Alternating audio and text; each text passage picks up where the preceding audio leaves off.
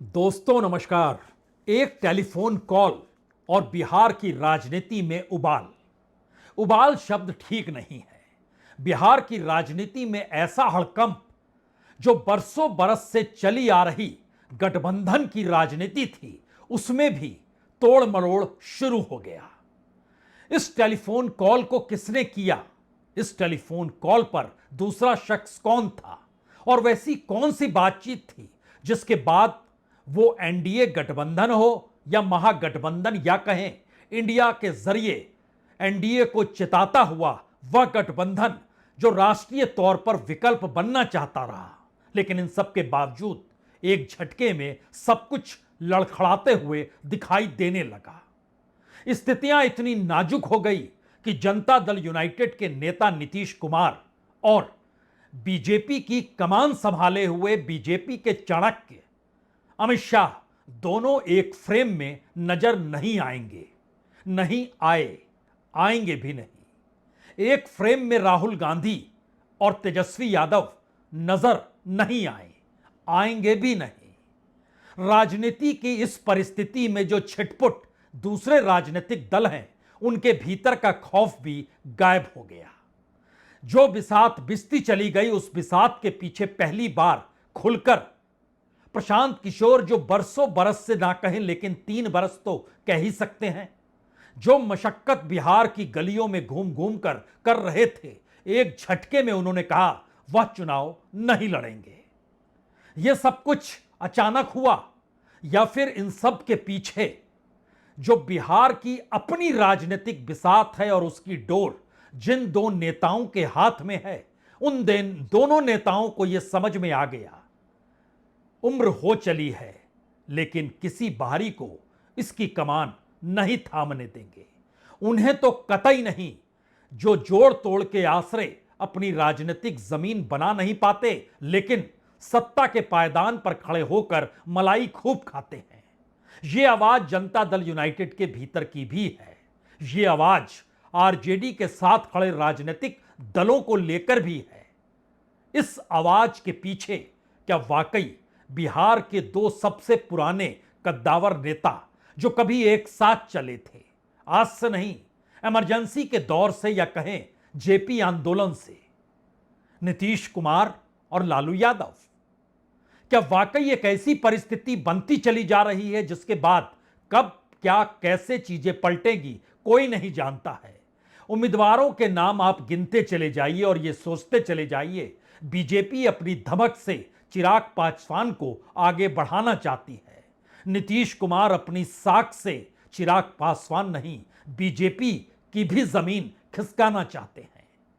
RJD अपनी पुरानी राजनीति को साधते हुए इस दौर में यह समझ चुकी है कि दरअसल नीतीश का साथ हो या ना हो, लेकिन नीतीश का साथ हो जाए, ऐसी परिस्थिति में जनता दल यूनाइटेड के भीतर जो परिस्थिति है उसमें नीतीश को ही अलग थलग तो नहीं कर दिया गया। यह आवाज नीतीश कुमार नहीं उठाएंगे, यह आवाज जनता दल यूनाइटेड के भीतर से भी कोई नहीं उठाएगा। इस आवाज के पीछे तो बीजेपी भी खड़ी नहीं होगी और जीतन राम मांझी हो या कुशवाहा हो, दोनों को सत्ता चाहिए। सत्ता के साथ खड़े होना उन्हें मंजूर है, चाहे जुबान सिली रहे अपने ही गठबंधन को लेकर। ये तमाम परिस्थितियां आपने देख समझ ली, लेकिन फिर उसके बाद एक दूसरा टेलीफोन कॉल। इस कॉल को करने वाले शख्स की चाहत क्या है, उसकी इच्छा क्या है और दूसरी तरफ से खामोशी क्यों बरत ली गई? क्या यह एनडीए के भीतर की परिस्थितियां हैं जिसमें नीतीश कुमार की हॉटलाइन इस वक्त हर तरफ जुड़ी हुई है और एक मैसेज बहुत साफ है, ठीक है चुनाव लड़ लेते हैं, लेकिन इसकी गारंटी कौन लेगा? सरकार किसकी बनेगी? सत्ता में कौन आएगा? जो भी आएगा हम ही अगुवाई करेंगे। इस परिस्थिति पर कोई मुहर लगाएगा? क्या वाकई इनकार कर दिया बीजेपी ने कि नीतीश कुमार मुख्यमंत्री पद के उम्मीदवार हैं, उन्हीं के नाम पर यह चुनाव है, हम नहीं कहेंगे, हमारे लिए नरेंद्र मोदी महत्वपूर्ण है? तो दूसरी तरफ से आवाज आई, आप ही मुख्यमंत्री हैं, आप ही का बिहार है और हम लोग तो मिलकर साथ लड़े थे। आज से नहीं बरसों बरस से, तो फिर अपने भतीजे से आपको ऐसा कौन सा कष्ट हो गया? हर कोई तो तैयार है आपके पीछे खड़े होने को लिए, लेकिन ऐसे के साथ कैसे कोई खड़ा हो सकता है जो हमारी ही राजनीति को हम ही से छीन ले? संवाद के ये दो अलग अलग रास्ते हैं जो टेलीफोन की हॉटलाइन से बातचीत का सिलसिला है। इसको डिकोड भी किया जाएगा, इसको बताया भी जाएगा, लेकिन एक क्षण के लिए आप 3 बरस पहले चले जाइए। 3 बरस यानी 2022, महीना अगस्त ही था, और उस वक्त नीतीश कुमार एक झटके में लालू यादव के साथ मुलाकात के बाद पलट गए। ऐसा पलटे कि बीजेपी के हाथ पांव फूल गए। लेकिन उस वक्त एक शख्स था जो कह रहा था, नहीं नहीं, यह ठीक नहीं है। वो शख्स कोई दूसरा शख्स नहीं था, वो तेजस्वी यादव थे। तेजस्वी यादव 2022 में तैयार नहीं थे कि नीतीश कुमार को ही मुख्यमंत्री बना दिया जाए और वह उनके पीछे खड़े हो जाएं, क्योंकि 2020 के चुनाव में जिस तरीके से जिले दर जिले, गांव दर गांव, पंचायत दर पंचायत तेजस्वी यादव घूमे थे, उनके निशाने पर कोई दूसरा शख्स नहीं बल्कि नीतीश कुमार थे। उस वक्त उनकी जुबान पर बीजेपी और आरएसएस उस तरीके से नहीं था जैसा नीतीश कुमार थे। और 2022 में एक झटके में नीतीश कुमार के साथ खड़े होते हुए चचा भतीजे की जोड़ी राजनीतिक तौर पर एक साथ है, इस बिसात को बिछाने के लिए लालू यादव सक्रिय हुए थे। लालू यादव के घर में जो मंत्रणा उस वक्त चली थी, उसका संदेश बहुत साफ था। किसी भी हालत में सत्ता के साथ खड़े रहिएगा तो लाभ होगा, संगठन बचेगा, वोट बैंक बचेगा, राजनीति बचेगी और आने वाले वक्त में राजनीति साधने के हथियार बचेंगे।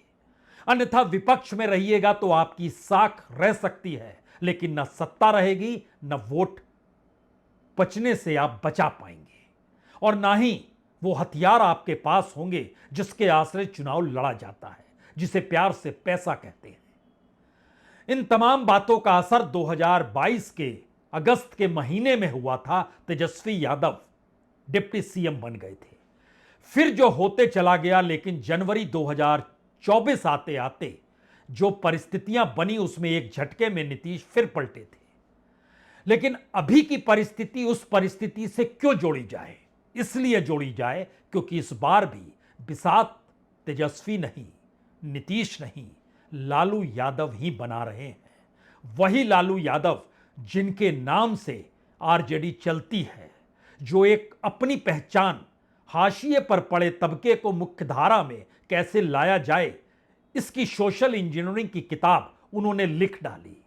जिस आश्रय गरीबों को आवाज दी, जिस आश्रय यादवों को ताकत दी, जिस आश्रय मुस्लिमों को साथ लिया, जिस आश्रय नीतीश की पूरी राजनीति जो बीजेपी के साथ खड़ी थी उसके समानांतर अपनी राजनीतिक स्थिति में नीतीश को लाकर खड़ा कर दिया।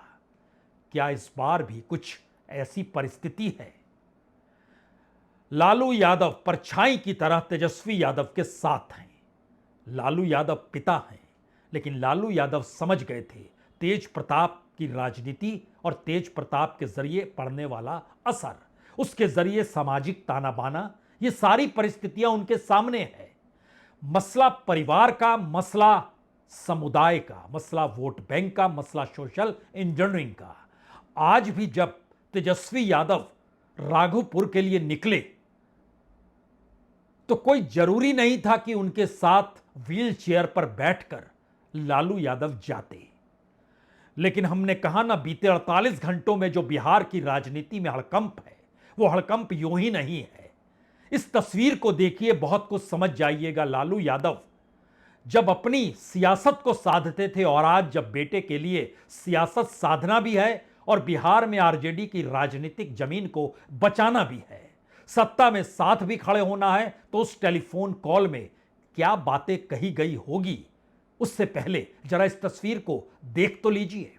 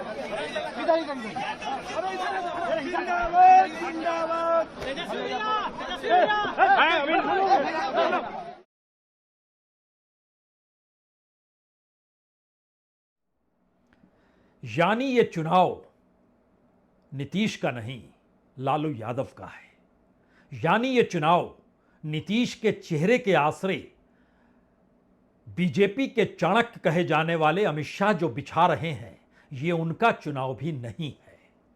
ये चुनाव कांग्रेस और राहुल की साख को लेकर कांग्रेस अपनी राजनीतिक जमीन को बनाने और बचाने और गढ़ने और संगठन को खड़ा करने सबके लिए जो लगी हुई है, इस चुनाव में उनकी भागीदारी भी बड़ी छोटी है। तेजस्वी यादव की पूरी राजनीति और पूरा राजनीतिक ज्ञान लालू यादव जानते समझते हैं। इसीलिए लालू यादव परछाई की तरह इस चुनाव में, चाहे वो सिंबल का बांटना हो, चाहे मंत्रणा करनी हो, चाहे बेटे के साथ नामांकन स्थल तक जाना हो, चाहे टेलीफोन उठाकर किससे बात क्या करनी है और कम से कम शब्दों में मैसेज क्या देना है जिससे अगर मगर की स्थिति ना आए, तो लालू यादव के लिए महत्वपूर्ण है बिहार की राजनीति में इस बार सत्ता नहीं गंवानी चाहिए। और सत्ता नहीं गंवाने का मतलब सिर्फ यह नहीं है कि महागठबंधन ही बहुमत में आ जाए। यह भी मतलब नहीं है कि आरजेडी सबसे ज्यादा और बड़े राजनीतिक दल के तौर पर आ जाए। उनके लिए महत्वपूर्ण है इस वक्त सरकार बने तो वो साथ खड़े हुए नजर आए और ये गांठ प्रशांत किशोर के पास चाबी चली जाए। ये बात चिराग पासवान के हाथ में भी चाबी थमा दी जाए। ये कैसे बर्दाश्त कर सकती है वह पीढ़ी जिसने उस राजनीति को इतने बरस तक जिया है जितने बरस तक, वो चाहे प्रशांत किशोर हो या चिराग पासवान हो, उनकी राजनीति नहीं टिकती है। इतना ही नहीं, अमित शाह की राजनीति भी गुजरात के भीतर भी वो जब से खड़े हुए उससे भी दशकों पहले की राजनीति अपने तौर पर लालू यादव और नीतीश कुमार ने साधी है। नीतीश कुमार ने तो पहला चुनाव अपने घर की जमीन को बेचकर लड़ा था। वो चुनाव हार गए थे, लेकिन उसके बावजूद भी पहला पाठ ईमानदारी का था। पहला पाठ ईमानदारी के रास्ते चलते हुए उस गठबंधन को आगे बढ़ाने का था जिसमें राजनीतिक चाबी हमेशा अपने हाथ में रहे।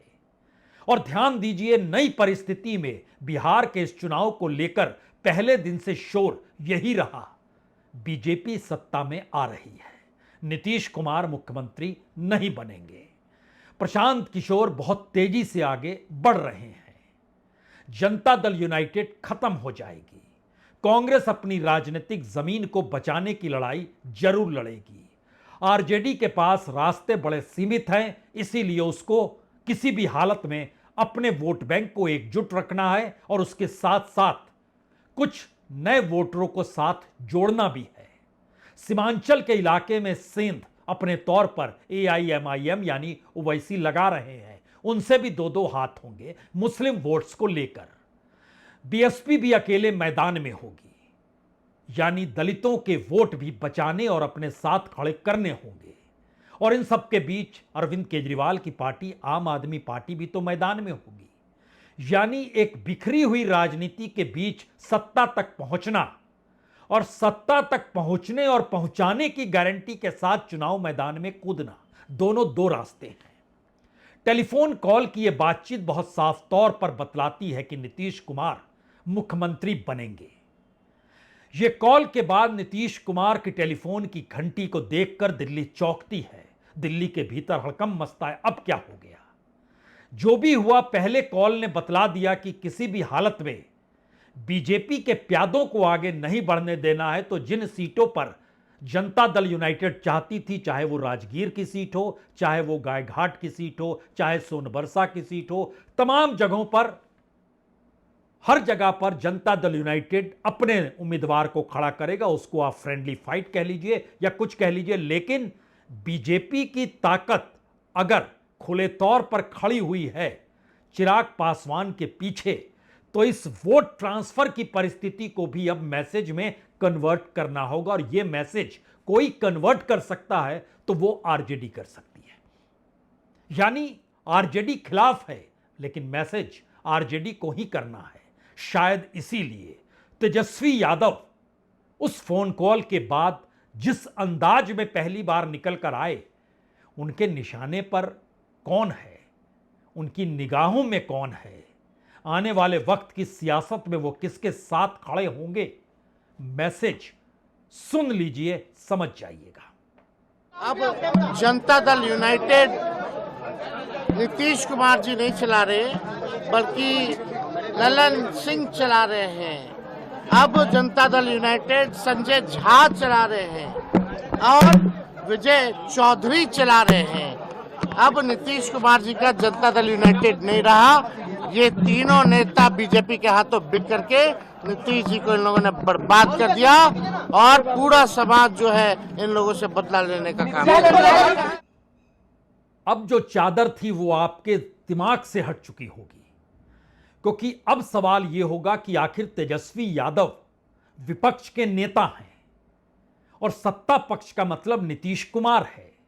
चुनाव मैदान में तेजस्वी यादव जा चुके हैं, बावजूद इसके वो कह रहे हैं कि दरअसल जनता दल यूनाइटेड को और नीतीश कुमार को जनता दल यूनाइटेड के भीतर बैठे उन कद्दावर नेताओं ने ही खत्म कर दिया, या फिर वह बीजेपी के प्यादे बनकर जनता दल यूनाइटेड के भीतर नीतीश कुमार को खत्म कर रहे हैं। राजनीतिक तौर पर इस मैसेज का मतलब होता क्या है?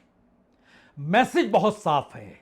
हमारी निगाहों में नीतीश कुमार हैं, निशाने पर बीजेपी जी नहीं, बीजेपी के साथ खड़े जनता दल यूनाइटेड के भीतर के वो नेता हैं जो मौजूदा वक्त में आरजेडी को नीतीश कुमार से बहुत दूर ले जा चुके हैं और बीजेपी के साथ खड़ा कर चुके हैं। ऐसे में आपको 2015 का चुनाव तुरंत याद आना चाहिए। 2015 में लालू और नीतीश और कांग्रेस तीनों एक साथ मिलकर लड़े थे। 243 में से 180 सीटें इन्हीं तीनों के पास आई थी और तकरीबन 41-42% वोट इनके पास था। बीजेपी अकेले थी, 24% वोट उसको मिले थे और उसकी सीट थी 53।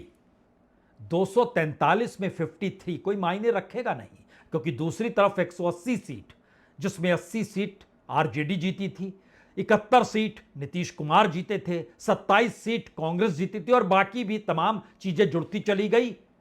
तो क्या यह एक बिल्कुल नई परिस्थिति का चुनाव है जो मैसेज कन्वे कर रहा है कि जो वोट ट्रांसफर होगा वह वोट ट्रांसफर नीतीश के वोटर भी समझ लें, आरजेडी पीछे खड़ी है, बीजेपी के वोटर भी समझ लें, बीजेपी अलग थलग खड़ी है, या फिर बीजेपी के वोटर भी अगर वोट ट्रांसफर ना करना चाहें तो मत करें। लेकिन इन सब के बीच जनता दल यूनाइटेड के भीतर की लकीरें जो हैं, वो लकीर जनता दल यूनाइटेड की राजनीति ने नहीं खड़ी की है, बल्कि बीजेपी ने खड़ी की है। यह एक नई मिजाज की राजनीति है। गठबंधन हमारा नहीं, गठबंधन आपका।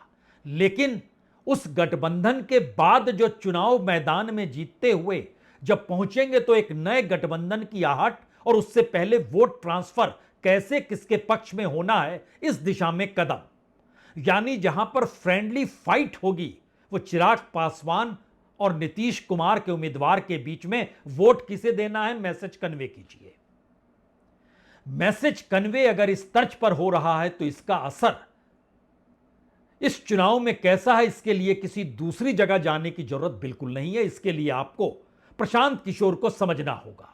प्रशांत किशोर एक बात समझ गए कि दरअसल जब तक वो निशाने पर ऐसे व्यक्ति को नहीं लेंगे जिसके इर्द गिर्द पूरे बिहार की राजनीति इस वक्त घूम रही है, तब तक आईबॉल्स या कहें लोग उनकी बात सुनेंगे नहीं। इसीलिए उन्होंने राघोपुर का रास्ता पकड़ा। उसी राघोपुर में जहां पर वह कई दर्जन गाड़ियों के साथ पहुंचे थे उसी राघोपुर की सड़कों पर आज पहिए वाली साइकिल पर बैठकर लालू प्रसाद निकले, जो आपने शुरू में तस्वीर देखी। वह शोर ज्यादा था। इस वक्त जमीन ज्यादा मजबूत किसकी है, यह एक मैसेज आप खुद ब खुद समझ गए। लेकिन जो वोट ट्रांसफर की परिस्थिति है, और इसमें जब राजनीतिक तौर पर मुद्दों से ज्यादा वोट ट्रांसफर मुद्दा बन के खड़ा हो जाए तो उसका असर क्या होगा, इस हकीकत को प्रशांत किशोर समझ गए। इसीलिए जिस राघोपुर से वो खड़े हों या ना हो, और वहां की महिलाओं से संवाद बना रहे थे, गांव वालों से संवाद बना रहे थे, आ जाएं क्या, लेकिन एक झटके में उन्होंने तय किया वह चुनाव नहीं लड़ेंगे। क्योंकि प्रशांत किशोर की पार्टी का मतलब प्रशांत किशोर ही है, जनसुराज ही है। और जनसुराज में अगर प्रशांत किशोर माइनस कर दीजिएगा तो कुछ नहीं है। ठीक वैसे ही जैसे आज की तारीख में लालू यादव माइनस कर दीजिए तो बड़ी मुश्किल होगी आरजेडी को सहेजने में। तेजस्वी यादव परिवार से आते जरूर है लेकिन सहेज नहीं पा रहे हैं, या सहेजने के लिए अभी भी लालू यादव की राजनीतिक जमीन, उनके नारे, उनके अपने संवाद लोगों के साथ, और उस दौर में जब सत्ता में बैठकर उन्होंने जो भी ताकत अपने समुदाय विशेष को दी और एक मैसेज कन्वे किया, उस मैसेज को जिलाने और जगाने के लिए जरूरत है लालू यादव की। तो फिर माइनस लालू यादव आरजेडी अभी गायब हो जाएगी। ठीक इसी तर्ज पर वो चाहे ललन सिंह हो, चाहे संजय झा हो, चाहे अशोक चौधरी हो, या XYZ कोई भी हो, किसी से भी पूछिएगा, और कल भी वो कह रहे थे बिना नीतीश कुमार के जनता दल यूनाइटेड का कोई मतलब नहीं है।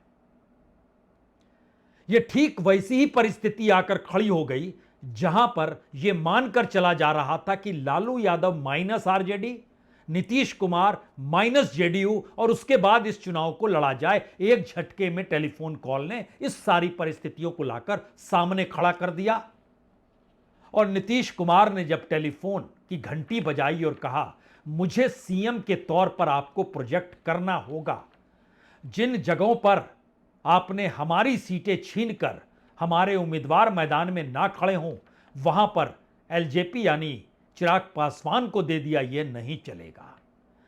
यह मैसेज और यह ताकत आने वाले वक्त की गारंटी के साथ जुड़ी हुई है, और इसी का असर प्रशांत किशोर की उस नाम में छुपा हुआ है जिसमें उन्होंने खुले तौर पर कहा बाकी जगहों पर अपने उम्मीदवारों को जिताना है, वो भूमिका छोड़ चुके हैं। जबकि वो 2014 में नरेंद्र मोदी को जिताना हो, कभी ममता बनर्जी के साथ खड़ा होना, वो भूमिका से हट चुके हैं। अब वो चुनाव मैदान में हैं, लेकिन बार बार वही भूमिका उनको अपनी बनाई पार्टी के भीतर भी आकर कैसे खड़ा कर गई, ये सुन लीजिए।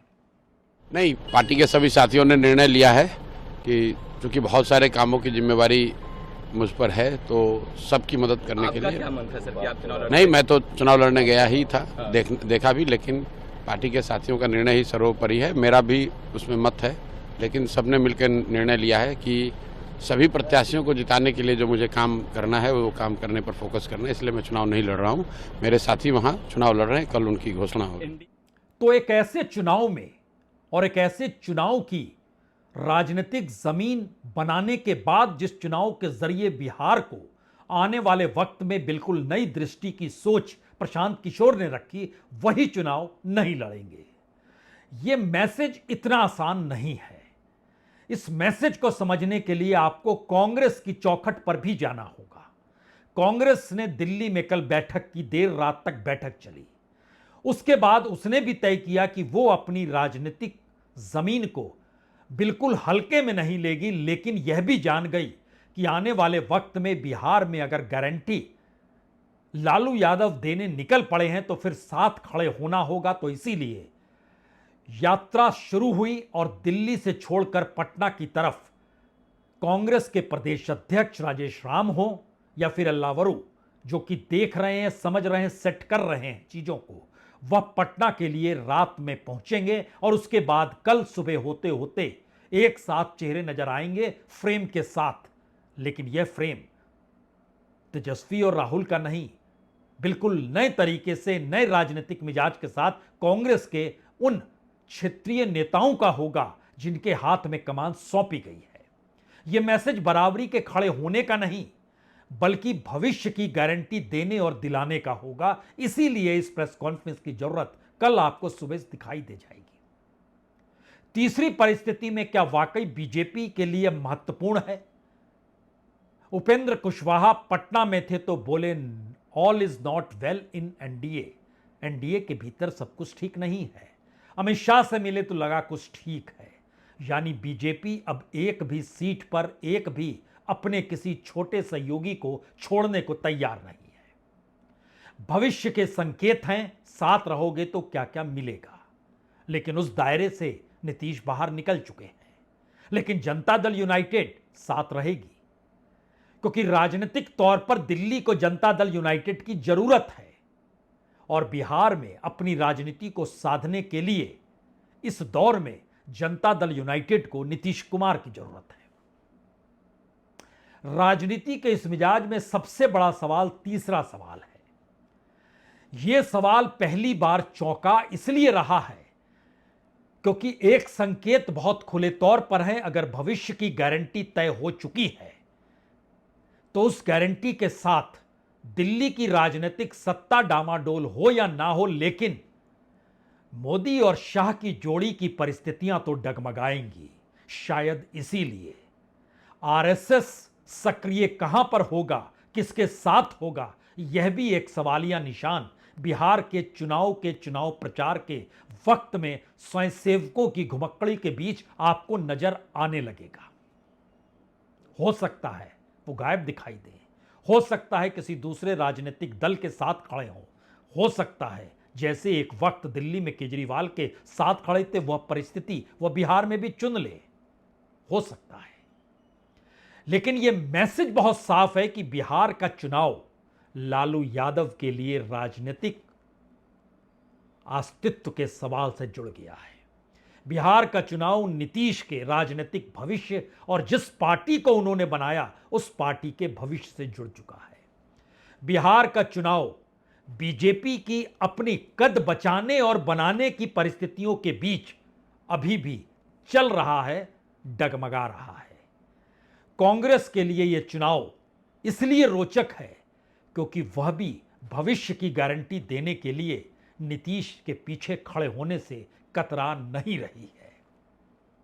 यानी एक बिल्कुल नई परिस्थिति बिहार में अगर निशाने पर संघ और बीजेपी को लेने को तैयार है तो उन छोटे छोटे छत्रपों की कतार जो एक एक समुदाय विशेष के वोट बैंक के आश्रय 0.5%, 1%, 1.5%, मैक्सिमम 2%, इससे ज्यादा नहीं, उनके साथ जुटे हैं, वह बिहार के चुनाव परिणाम के बाद उनका रास्ता देश के दूसरे राज्यों के चुनाव में उन राज्यों में खड़े छत्रपों के बीच और छोटे छोटे समुदाय के वोट बैंक के बीच यह एक छिटकाव तो नहीं होगा जो बीजेपी से छिटकेंगे, या फिर एक नई राजनीतिक परिस्थितियों को जन्म पहली बार नीतीश और लालू दे तो नहीं चुके हैं। इंतजार कीजिए। बहुत बहुत शुक्रिया, बहुत बहुत शुक्रिया।